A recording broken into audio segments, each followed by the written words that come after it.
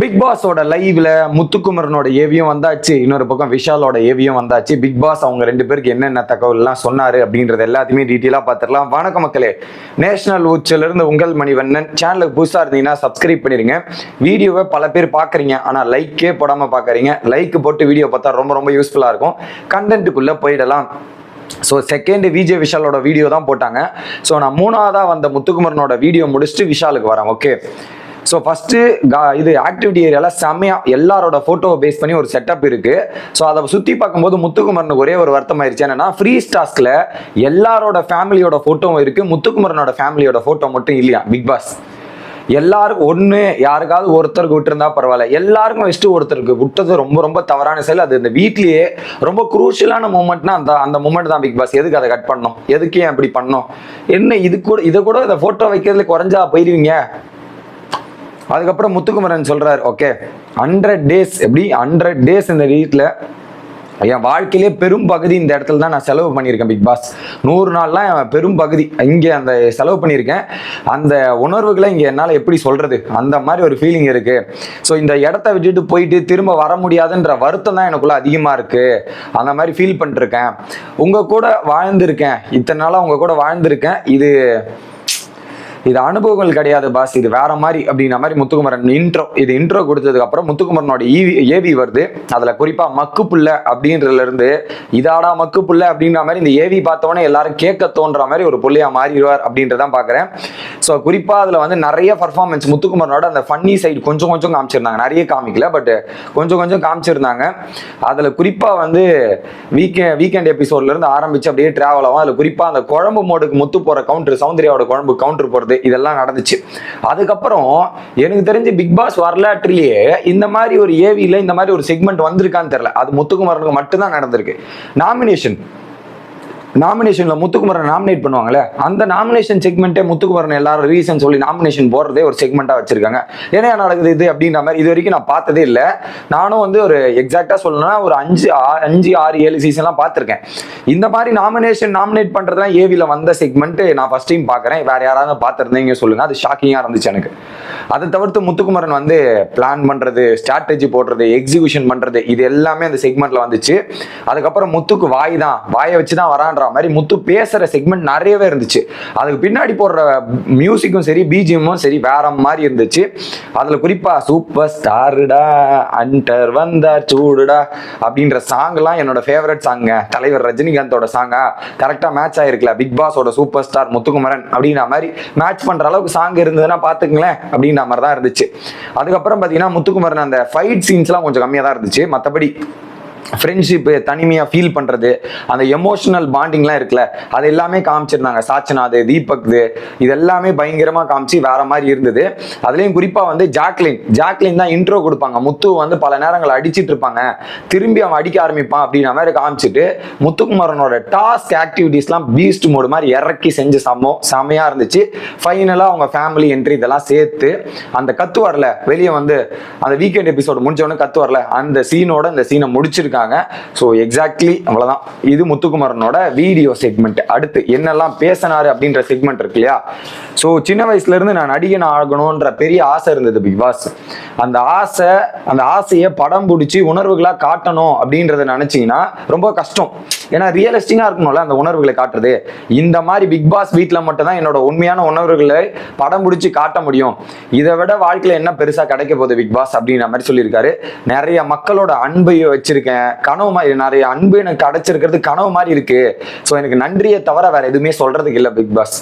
So இங்கே நான் உழைச்சுக்கு தயாரா இருந்தேன். இந்த இடத்துக்கு வந்து உழைக்கணும்ன்றது தான் நான் நினைச்சது. அதை விட பெரிய பரிசு எதுவுமே இல்லை அப்படின்றது தான். ஸோ அதில் குறிப்பாக அவங்க அம்மா வந்து சொன்னாங்க, நீ உழைச்சதுக்கு தான் பரிசு கிடைச்சிருக்குன்னு மாதிரி எங்க அம்மா சொன்னதெல்லாம் எனக்கு ரொம்ப பிடிச்சிருந்தது பிக் பாஸ்ன்னு சொல்லி முடிச்சிட்டார். அதுக்கப்புறம் பிக் பாஸ் வந்து என்ன சொல்றாரு, இது எல்லாம் உங்களுடைய தருணங்கள், உங்கள் பயணத்தை மொத்தம் ஒரே வார்த்தையில சொல்றேன், உழைப்பு தான் முத்துக்குமரன் தான் உழைப்பு, all the best for the finale அப்படின்ற மாதிரி சொல்லி முடிச்சிட்டார்.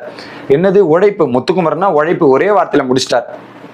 அடுத்து திரும்ப முத்துக்குமரன் பேசினாரு. என்ன சொன்னார்னா, சோர்வு இருக்கும்போது என்னை தட்டி எழுப்புவீங்க, நான் அப்படியே ஃபீல் பண்ணிருப்பேன், ஆனா அது பொதுவா சொல்லுவீங்க, மற்றவங்களுக்கு புரியுதா இல்லையான்னு தெரியாது, அது எனக்கு புரியும், நீங்க ஒரு மந்திரம் மாதிரி செயல்பட்டு என்னை தட்டி எழுப்பியிருக்கீங்க, அதெல்லாம் ரொம்ப ரொம்ப நன்றி பிக் பாஸ். குறிப்பா இந்த வெளியே போயிட்டு ஒரு பார்ட்டிலாம் இருக்கு, இந்த பிக் பாஸ் டீமுக்கு நான் எப்படி நன்றி சொல்ல போறேனே தெரியல, அவ்வளோ கடுமையா உழைக்கிறாங்க, அவ்வளோ விஷயங்கள் பண்றாங்க, அவங்களுக்கு எல்லாருக்குமே ஒரு மிகப்பெரிய நன்றி அப்படின்னு சொல்லிட்டு ஃபைனலா என்ன சொல்றேன், என்ன நேசித்த அனைத்து மக்களுக்கும் நன்றி அப்படின்னு. எனக்கெல்லாம் மக்கள் ஓட்டு போடுவாங்களான்னு பல கேள்வியோட வந்தேன், ஆனா என்னையும் ஓட்டு போட்டு இவ்வளவு தூரம் உள்ள வச்சிருக்காங்க, நான் என்னுடைய முழு உழைப்பை போட்டிருக்கேன் அப்படின்ற மாதிரி சொல்லி பாராட்டிட்டார். ஓகே, அதுக்கப்புறம் நீங்க தான் பிக் பாஸ், நீங்க தான் மக்கள், மக்கள் தான் நீங்க அப்படின்ற மாதிரி பிக் பாஸை பாராட்டிட்டு ஃபைனலா பிக் பாஸ் ஒன்று எனக்காக நீங்களும் ஒரு ஓட்டு போட்டிங்கன்னா ஃபைனல்ஸ் போயிடுவேன்ற மாதிரி சொன்ன உடனே பிக் பாஸ் வேணும்னா ஓட்டில் ஓட்டையை போட்டு விடுவா அப்படிங்கிற மாதிரி கவுண்டர் போட்டு முத்துக்குமரனை அமுச்சு விட்டாப்புல.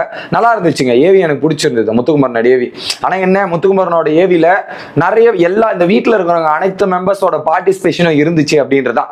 மற்றவங்களோட ஏவியில் அவங்க மட்டும் தான் டாமினேஷனில் இருப்பாங்க மற்றவங்களோட ஏவியில். ஆனால் முத்துக்குமரனோட ஏவியில் அருண் பண்ண ரோல் இருக்கே பயங்கரம். அருண் முத்துக்குமரனோட எவி சீன்ஸ் அந்த ரோல்ஸ்ல வந்தது. இது வந்து எனக்கு ஒரு பாயிண்ட்ல இது யாருக்கடா ஏவி அப்படின்ற சந்தேகம் எனக்கே வர மாதிரி இருந்துச்சு, ஆனா மாசா இருந்துச்சுங்க முத்துது. ஓகே, அடுத்து விஷாலோட ஏவி போகும். விஷாலோட ஏவி என்னன்னா, சின்ன வயசுலலாம் பர்த்டே செலிப்ரேஷனோட ஆல்பம் பார்க்குற மாதிரி இந்த வீட்டை அந்த கார்டன் ஏரியாவை சுற்றி பார்க்குற மாதிரி எனக்கு இருந்தது பிக் பாஸ். வேற மாதிரி அது ஒரு மெமரிஸ், நம்ம மெமரியாக தான் வச்சிருக்க முடியாது தவிர்த்து திரும்ப போய் அனுபவிக்க முடியாது, அந்த ரீதியில் நான் எடுத்துக்கிறேன்னு சொல்லிட்டு அடுத்து இவரோட பாட்டு ஆரம்பிக்குது. அக்கறையில் முத்திர சத்தம் அப்படின்ற மாதிரி, அக்கறை, ஐயோ அந்த பாட்டு லைன் தாங்க ஞாபகம் இருக்கும். அதில் ஆரம்பிச்சு விஜய் விஷாலோட ஃபன் மோடு அப்படியே கவுண்டர் மோட்லாம் ட்ராவல் ஆகி ஃபைட் மோடுக்கு வருது.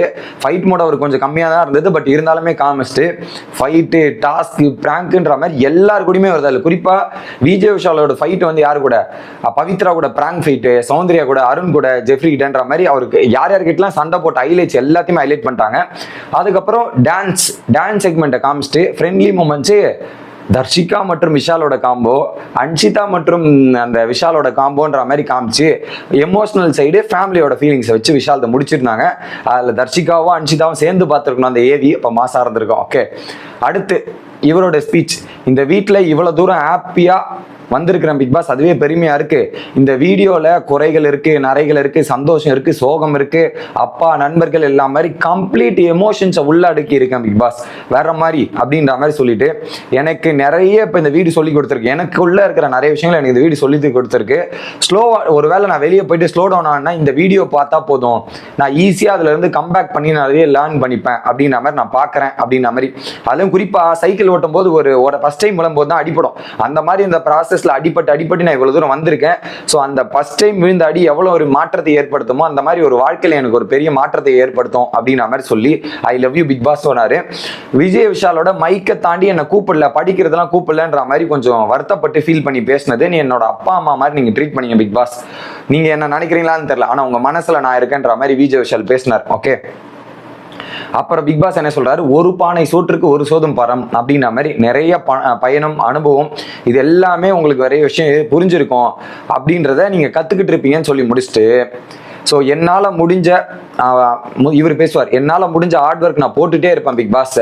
அடுத்தது நான் இந்த படத்தோட உங்களோட சந்திக்கிறேன், இந்த வீட்டுக்குள்ள வரும்போது ஒரு படத்தோட உங்ககிட்ட சந்தித்து ஒரு ஆசீர்வாதம் வாங்கிட்டு பெருமைப்படுறேன் பிக் பாஸ் சொல்லி முடிச்சுட்டு, உங்களையே நீங்களே அடையாளம் கண்டு கொண்டு பிக் பாஸ் பயணம் அழகு. ஸோ விஷால் யாருன்றதே அந்த பயணத்தில் அடையாளப்படுத்தி கொடுத்து தான் உங்களோட தருணங்கள்னு சொல்லி பாராட்டிட்டு இருந்தார் பிக் பாஸ். ஆனால் எனக்கு என்னமோ இந்த 3 ஏவில பார்க்கும்போது விஷால் கூட கொஞ்சம் டாக்ஸ் அதிகமாக இருந்தது, சௌந்தர்யா கூடயும் டாக்ஸ் அதிகமாக இருந்தது, முத்துக்குமார் கிட்ட பேசினது மட்டும் கம்மியாக இருந்ததோ அப்படின்ற மாதிரி என்னோட ஃபீலிங்கு. உங்களோட கருத்துக்களை மறக்காம கமெண்ட்ல போட்டுருங்க. Bye guys.